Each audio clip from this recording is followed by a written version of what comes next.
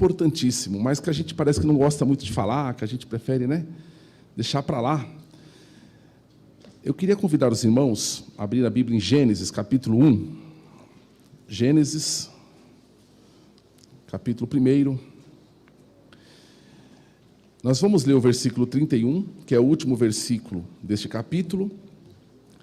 E leremos também o capítulo 2, os versículos 1 e 2. Gênesis 1, 31 e 2, 1 e 2. São esses 3 versículos aí que estão na sequência.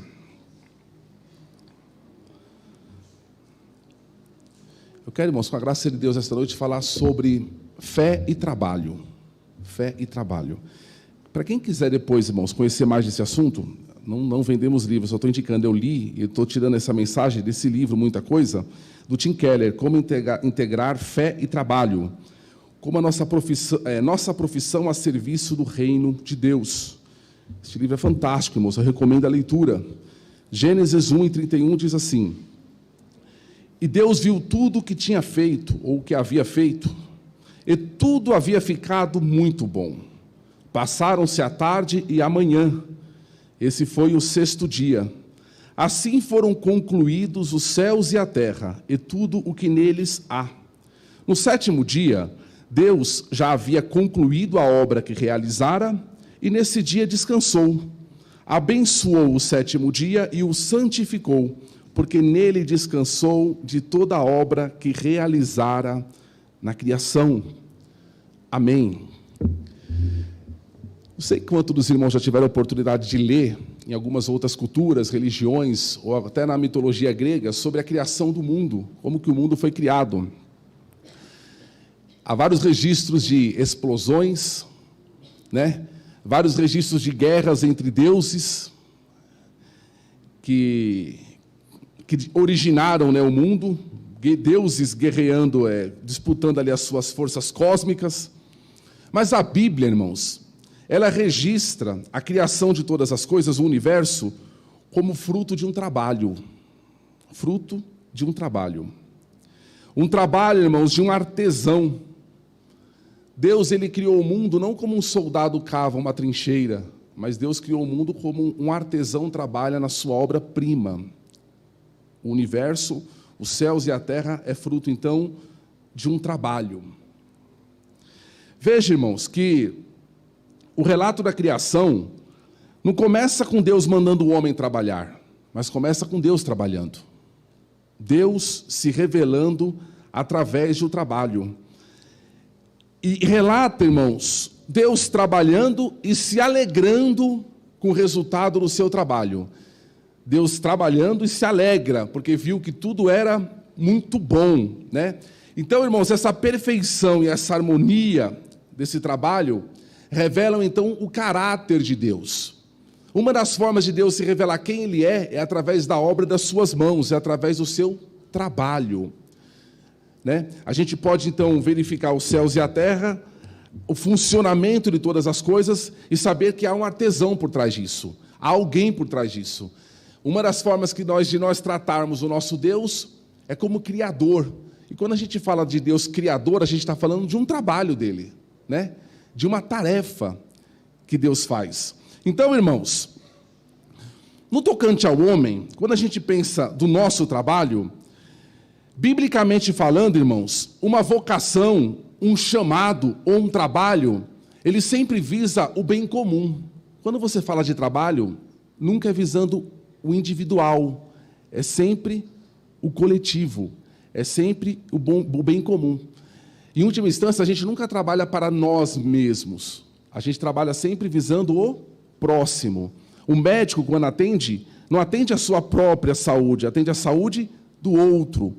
Um mecânico atende o carro do outro, um dentista, os dentes do... Então, é sempre visando o outro, sempre visando o coletivo, né? E esse é o propósito bíblico para o trabalho. Então, biblicamente falando, irmãos, o trabalho não é simplesmente um ganha-pão. Ele é um amor ao próximo. Ele visa o outro, né? Isso é importante, irmãos, porque nos liberta daquele fardo esmagador que a sociedade coloca hoje, de que através do nosso trabalho a gente precisa provar o nosso valor, né? Você prove quem você é, se você tem valor ou não, através da sua produtividade. É isso que o mundo coloca, não precisa. Biblicamente falando, o trabalho envolve amor ao outro, o bem-estar coletivo. Não é verdade?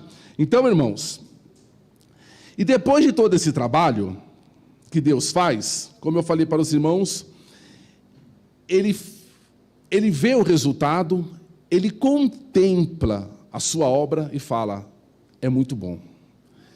Sempre depois do trabalho existe a contemplação do trabalho. Veja só, irmãos, na visão grega, os deuses e os homens, escolhidos, os homens especiais, eles não trabalhavam, eles só contemplavam. Então eles ficavam contemplando todas as coisas, filosofando, meditando, porque eles diziam o seguinte, que o trabalho, ele afasta o homem da contemplação, ele afasta o homem de crescer, de evoluir, Mas a Bíblia vai mostrar o contrário, que a contemplação, ela é fruto do trabalho. Só há contemplação se houver, então, o trabalho. Por exemplo, uma dona de casa, um exemplo aqui, que acorda cedo, vê a sua casa, o caos. E aí ela começa a arrumar, começa a limpar, começa a trabalhar. Qual é a contemplação dela? De chegar no final do dia, a sua casa está limpa, cheirosa, de repente pronta para receber uma visita ou alguém, e depois ela contempla tudo aquilo e fala, ficou bom. Ela pode sentar no sofá, tomar o seu cafezinho e falar, graças a Deus, a minha casa está em ordem. Isso é a contemplação, E é isso que Deus faz, irmãos, no final da criação, depois que Ele cria tudo. Então, assim, existe um ciclo.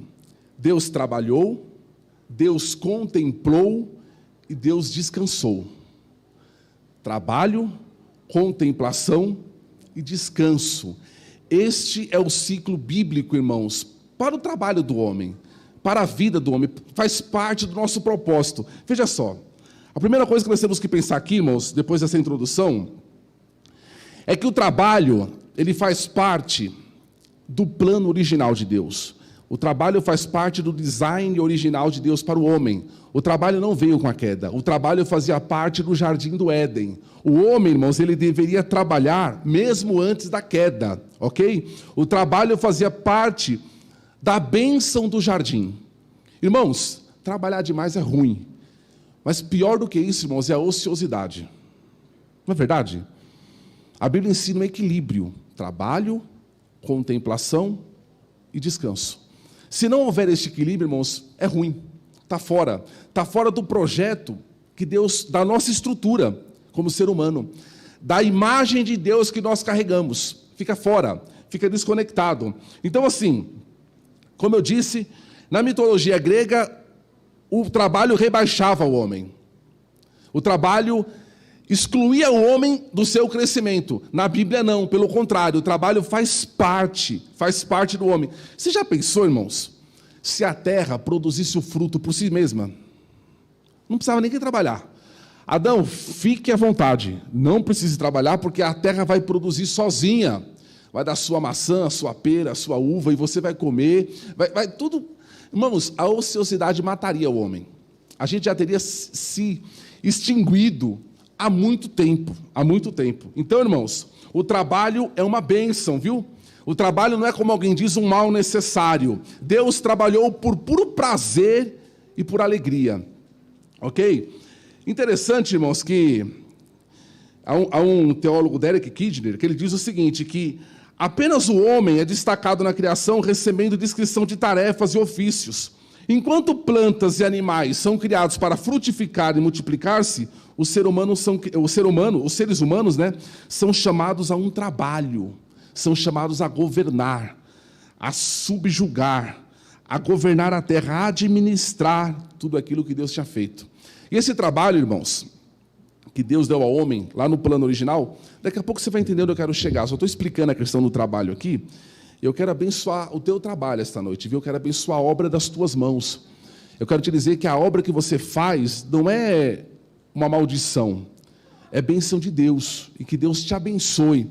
A obra que Deus deu ao homem, lá no Éden, ela envolvia a parte física, que era lavrar a terra, ok? Os braços, e ela envolvia a parte mental, a parte da criatividade. Quando? Dando nome aos animais.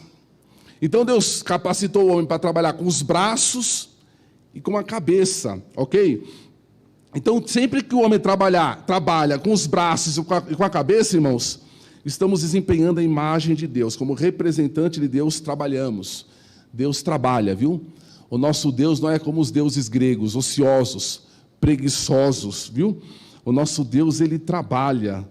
Jesus disse assim: meu Pai trabalha até agora, e eu trabalho também. Então, irmãos, o nosso Deus é um Deus que trabalha, porque os deuses gregos diziam o seguinte, que o trabalho braçal, ele tornava o homem semelhante a um animal. Ele falava, não, o homem não foi feito para trabalhar braçalmente. Mas a Bíblia, irmãos, diz que esse trabalho, mesmo braçal, ele dignifica o homem. Você pode ver, irmãos, que o trabalho que Deus faz, ele foi braçal. Ele foi braçal, ele envolvia a cabeça, claro, a criatividade, mas ele foi braçal. Quando Deus criou o homem do pó da terra, envolvia a criatividade de Deus, a sabedoria de Deus, mas envolvia os braços, né? Deus fazendo aquilo. Veja só, Deus ele vai se apresentar na Bíblia sempre como um trabalhador. Lá no Antigo Testamento, ele se apresenta como um jardineiro, que criou o Jardim do Éden para o homem. E no Novo Testamento, ele se apresenta como um carpinteiro. E os dois trabalhos são trabalhos mais braçais, né? Então, Deus abençoe a obra dos teus braços. Irmãos, Isaías 41:7, está escrito assim, ó.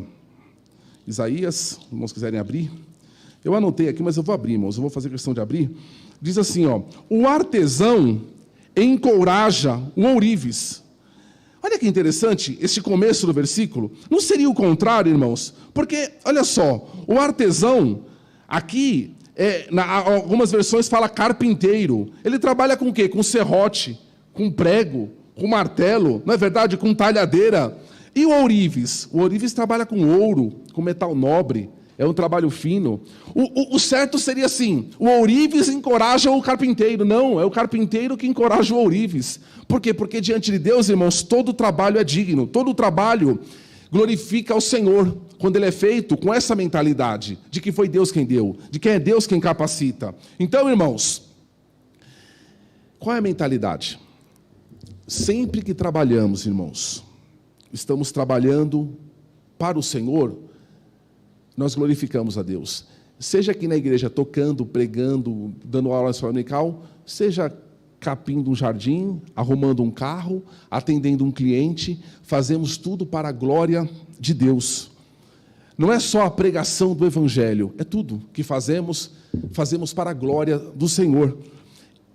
Esse é o design original do homem, esse é o projeto original do homem, de Deus para o homem. Mas surgiu uma dificuldade aí. Qual foi a dificuldade, irmãos? O miserável do homem caiu, pecou, e todas as áreas da sua vida foram afetadas, sobretudo o trabalho. Sobretudo o trabalho. Então, irmãos, depois da queda, o trabalho passou a ser algo cansativo, penoso, difícil, algo espinhoso para ser feito, né? Porque ele foi atingido pelo pecado. Veja só, irmãos, tem duas áreas da vida do homem que foi muito atingida pelo pecado, e eram áreas prazerosas no começo. Você sabia que Adão trabalhava com prazer? Ele tinha prazer em trabalhar? Eram duas áreas que ele tinha muito prazer, a trabalhar e amar. Amar a sua esposa e trabalhar. Essas duas áreas se tornaram muito difíceis por causa do pecado. Sabia? Tanto é, irmãos, que você vai ler no hebraico, no original, existe uma associação entre o amor e o trabalho. Existe uma associação entre o homem trabalhando na terra para tirar o fruto da terra e a mulher gerando um bebê para gerar o fruto do ventre. A partir daí, irmãos, existe essa mentalidade do trabalho estar sempre associado com a dor. O trabalho do homem está associado com a dor do parto da mulher. E naquela época era sem anestesia, sem cesariana, sem nada disso. Ok? Era doído o negócio. Então, a Bíblia associa o trabalho do homem em conquistar o seu pão com o trabalho da mulher em gerar um filho, em gerar uma criança. Tanto é que, como é que a gente chama? Isso daí, sabia que é em todos os idiomas? Trabalho de parto. Olha só, existe uma associação entre o trabalho e o parto, entre a dor para a mulher gerar uma criança e a dor para o homem conquistar, né, adquirir o seu sustento. O trabalho passou a estar associado com a dor por causa do pecado, irmãos. E aí, irmãos, todo o trabalho feito pelos filhos de Adão, por mais planejado que seja, envolve dor. Todo o trabalho envolve dor. Todo o trabalho, irmãos, tem os seus espinhos. Por quê? Porque o problema não está apenas no trabalho em si, mas o problema está no descanso. Lembra que eu falei? É trabalho, contemplação, ou seja, você ver o seu trabalho e se alegrar com aquilo, e depois descansar. Então esse ciclo ele foi quebrado. Por quê? Porque agora o homem ele trabalha com dificuldade e ele jamais vai encontrar o descanso verdadeiro do seu trabalho. A verdadeira contemplação do seu trabalho. Tem um autor, Tolkien, o autor do Senhor dos Anéis, ele escreve uma história de um homem chamado Nigel. Ele fala a árvore de Nigel, e ele dizia que Nigel era um pintor. E aquele homem, ele tinha uma imagem de uma árvore na sua cabeça, por isso chama árvore de Nigel.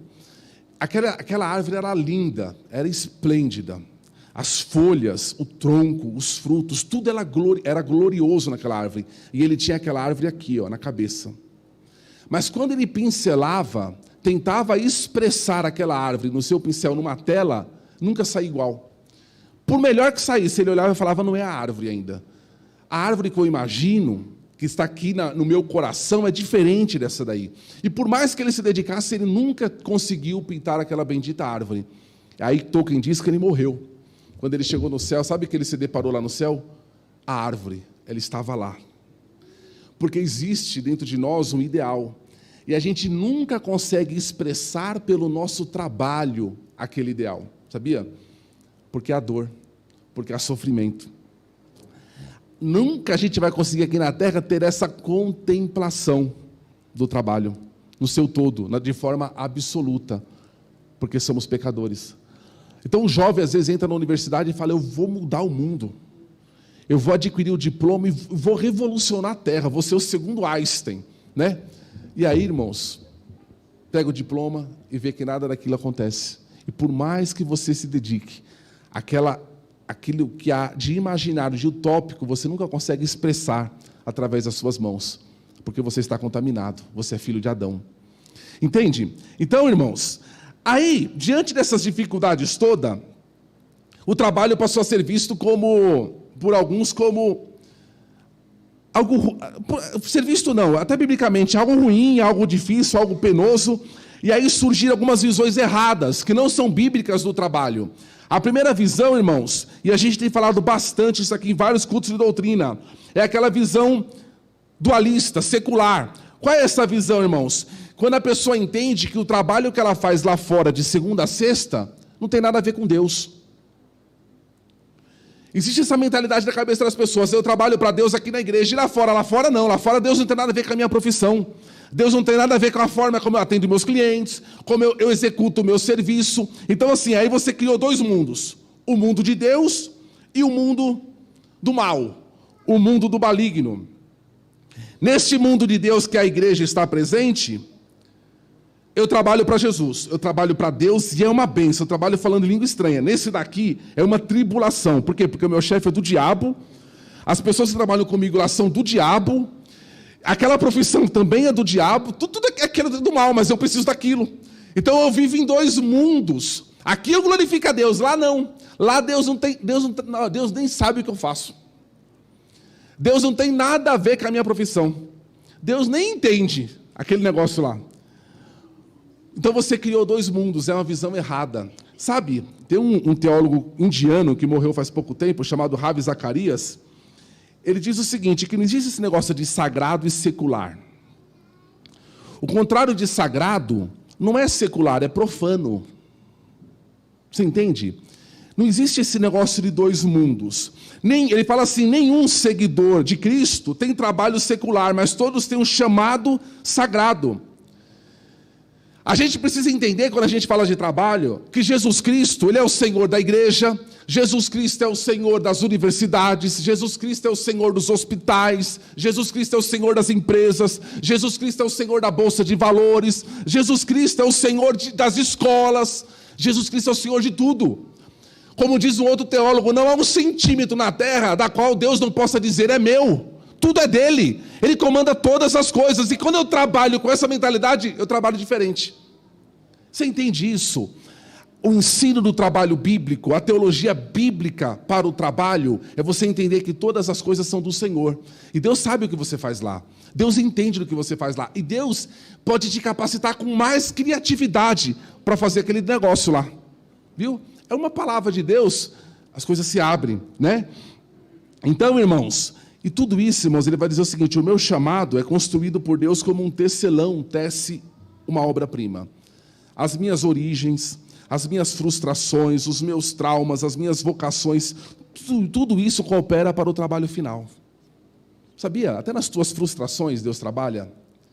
Até nos teus traumas Deus trabalha para construir o produto final. Até na luta lá na tua casa, Deus trabalha. Que tem coisa que a gente fala que aquilo é do diabo, aquilo veio para acabar com a obra de Deus na minha vida. Às vezes é Deus trabalhando através daquilo, aquilo faz parte do projeto. Foi Deus quem mandou aquele negócio, que você acha que é o capiroto que mandou, é Deus, faz parte do projeto, faz parte do tecelão, porque Ele está vendo a obra final. Você entende isso? Então, irmãos, não podemos, sempre que a gente tem, irmãos, a visão errada sobre o trabalho, a gente vai, sabe? Alguém pode pensar assim: mas quando a pessoa é um crente fiel a Deus, um cristão fiel, o trabalho vai ser sempre glorioso, prazeroso, né? Perfeito. Não. As ervas daninhas acompanham também, como acompanharam Adão, sabe? Sempre a gente vai ter aquela questão de imperfeição. Aquela questão de, puxa, não tá bacana, não tá legal.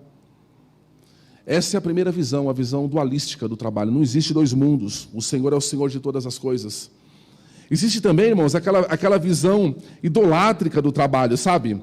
Que é idolatrar o trabalho, né? Quando eu acho que o trabalho vai resolver todos os meus problemas, quando eu acho que a minha identidade, irmãos, está no trabalho. E aí a pessoa se dedica, aquilo é o eixo central da sua vida, então ele esquece família, ele esquece Deus, ele esquece tudo, o negócio é trabalhar. E aí, irmãos, não existe nessa visão a visão de servir ao próximo, a visão é sempre ele. Sabe a melhor definição bíblica para esse tipo de trabalho idolátrico, irmãos? É a Torre de Babel. Porque eles trabalharam para quê? Para construir um nome. Eles não trabalharam para servir ninguém, eles trabalharam para construir uma torre, porque surgiu ali na época uma nova tecnologia na construção civil, o tijolo com betume, né? Era impermeável, era indestrutível, o projeto não falhava, então vamos construir e vamos fazer para nós um nome. Você entende que sempre que você fizer o trabalho do teu Deus, para através dele construir um nome, você vai se dar mal. Você vai se dar mal. Porque tem tantas pessoas, irmãos, em depressão, pessoas destruídas, pessoas sem nenhuma base, aquela pessoa que perde o emprego, o mundo dela rui. Ela perde o chão. Por quê? Porque ela fez do trabalho o seu Deus. E tudo que ela fez, irmãos, era para construir em cima do orgulho. E aí tem uma frase interessante sobre Babel. Você já imaginou? Eu fico imaginando, alguém passava assim, via aquela torre inacabada. Você já passou num lugar que tem um prédio, começaram a construir e não acabaram? Aí falou, por quê? Gastaram tanto dinheiro ali. Aí estava a torre lá inacabada, né? Parou na metade. O que aconteceu ali naquela torre, né? E aí diz assim, a cidade inacabada era um monumento bastante apropriado a esse aspecto do ser humano, aspecto do seu orgulho. Uma sociedade, irmãos, que idolatra o trabalho, exige produtividade o tempo todo. Vivemos numa sociedade que a tua identidade está no teu trabalho, você tem que produzir o tempo todo. É produção, é números, é resultado, é o tempo todo, é exigência maluca. E esse livro conta uma história interessante de uma moça, uma médica, que estava grávida, e ela disse assim à sua amiga, e a sua amiga ficou assustada, ela disse assim, eu gosto de estar grávida, gosto muito de estar grávida, porque é a única ocasião em que eu me sinto produtiva o tempo inteiro. Mesmo dormindo, estou fazendo alguma coisa. Já imaginou um negócio desse? É um mundo que idolatra o trabalho. Então você tem a visão dualística, existem dois mundos, você tem a visão que idolatra o trabalho, e você tem uma terceira visão, que é enxergar, como eu falei no começo, o trabalho como uma maldição. O trabalho como castigo dos deuses. O Jonas Madureira fala sobre isso, existe um mito na mitologia grega chamado mito de Sísifo. O que é mito de Sísifo? Sísifo foi um homem, isso é um mito, tá? Um mito, uma ilustração, uma história com ele. Sísifo era um homem que ele quis enganar um deus, quis enganar os deuses. Aí os deuses pegaram ele e falaram assim, você vai sofrer um castigo agora. Aí, mito, foi punido pelos deuses. E qual era a punição de Sísifo? Todo dia ele tinha que pegar uma pedra grande, maior do que ele, debaixo de um sol escaldante e subir uma montanha com aquela pedra nas costas. Aí ele subia aquela montanha. Quando ele chegava lá em cima, que ele colocava a pedra, já tinha anoitecido. Aí ele colocava a pedra no chão, a pedra rolava. Até lá embaixo da montanha. Aí ele passava a madrugada inteira descendo a montanha, pegando a pedra, maior do que ele, debaixo de um sol escaldante, e subindo novamente com aquela pedra. Ele colocava lá em cima, já estava de noite. Aí a pedra rolava até lá embaixo. Aí ele passava a madrugada inteira descendo a montanha, pegando a pedra maior do que ele, debaixo do sol escaldante, e subindo a montanha, e colocando a pedra lá em cima. E aí já era de noite e a pedra rolava. Tem gente que enxerga o trabalho desse jeito, sabia? Eu fui amaldiçoada para ser dona de casa. Eu lavo a louça, coloco a louça lá. Aí eu guardo a louça. Aí quando eu vi no dia seguinte, a louça está suja na pia. Aí eu pego a louça, guardo a louça. Não é a pedra? É uma visão pessimista. É uma visão que você fala assim, não serve para nada. Eu passo o ponto, falo com o meu patrão e faço o trabalho e apresento o número. Aí de noite, aí no dia seguinte, a pedra rolou. Está lá embaixo, é miserável. Eu pego a pedra de novo, passo o cartão.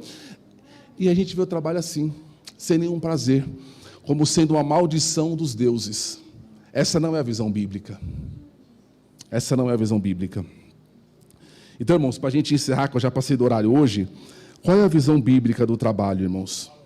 Você pode ver, irmãos, que na tradição judaica, o trabalho estava sempre ligado à identidade da pessoa.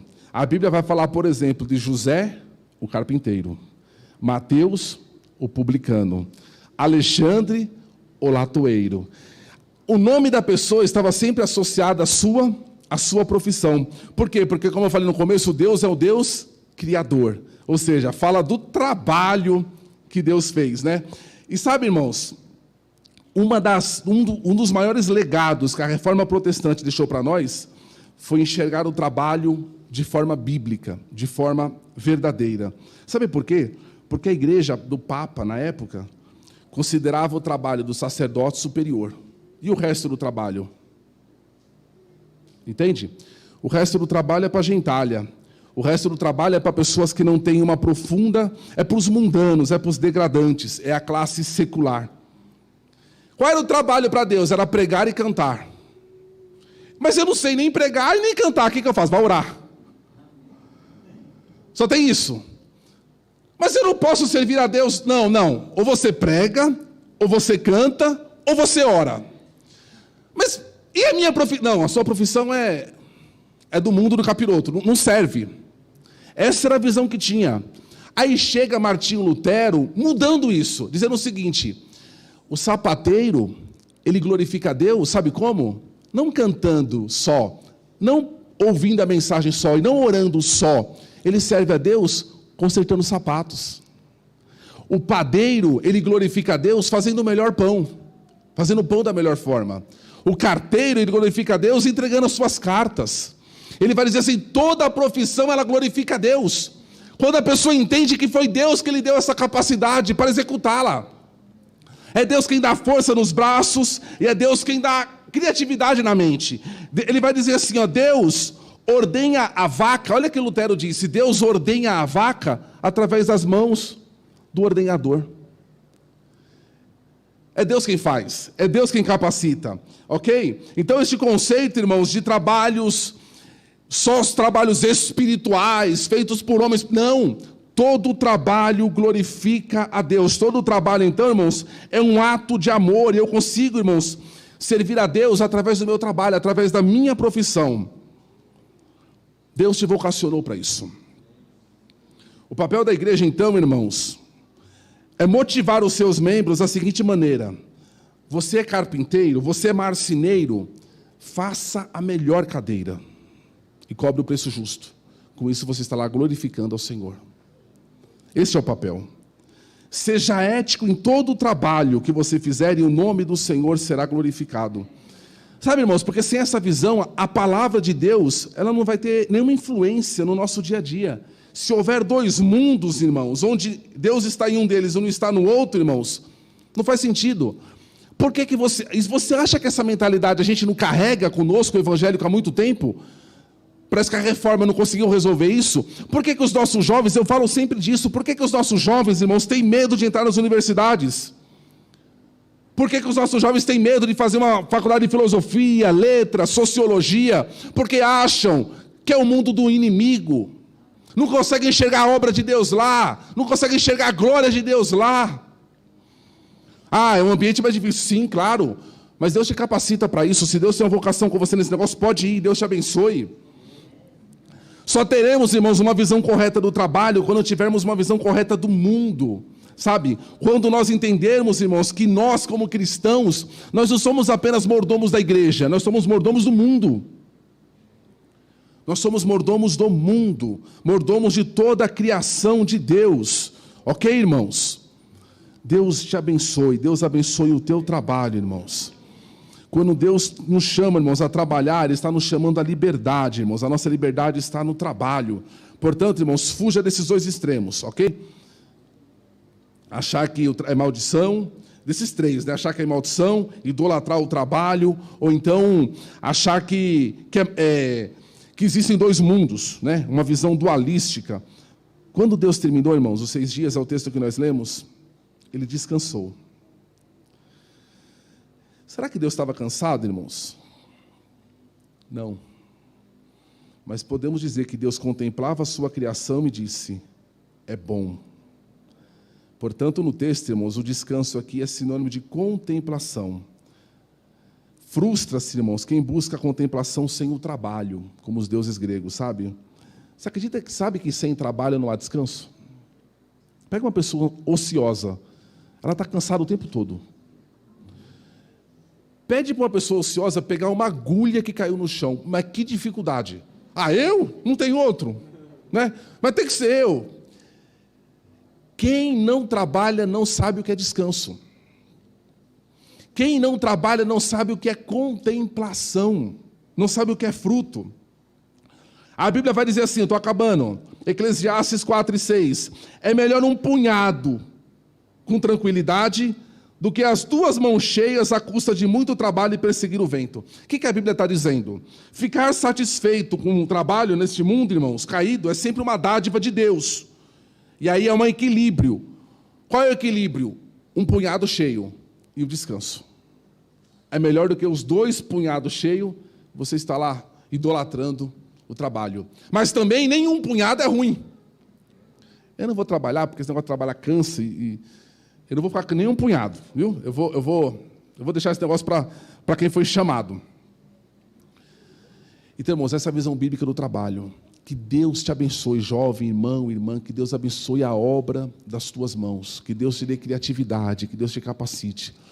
E saiba que a profissão que Deus te deu, o lugar que Deus te colocou, é possível você glorificar a Deus, e você deve glorificar a Deus lá, através do teu testemunho.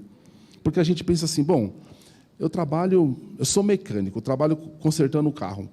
Como é que eu sirvo a Deus lá na minha mecânica? É pregando o evangelho. Não, não só isso, é consertando o carro.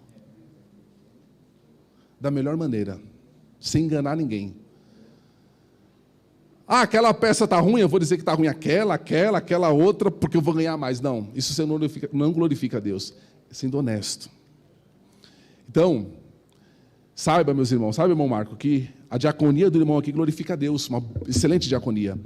Mas o trabalho do irmão lá também glorifica a Deus da mesma forma, quando é feito falando, Senhor, eu te glorifico, porque o Senhor me deu capacidade, o Senhor me deu esse talento, e que eu possa glorificar o teu nome através dele. Que o Senhor levante pessoas vocacionadas aqui para diversas profissões. Tudo para a glória do nome dele. Só assim, irmãos, influenciaremos o mundo lá fora. Viu? Só assim. através da nossa profissão, glorificando o nome do Senhor. Fique de pé. Eu quero orar por você, eu quero orar pelo seu trabalho, viu? A Bíblia diz a respeito de Jesus, ele viu o trabalho das suas mãos e a sua alma ficou satisfeita. Só há satisfação quando há trabalho. Só há contemplação e só há descanso quando há trabalho. Maravilhoso Deus. No nome santo de Jesus, o teu Filho, Senhor, nós te louvamos. O Senhor é o Criador, o Senhor é o Deus que trabalha. O Senhor é o Deus que usa o nosso trabalho, Senhor.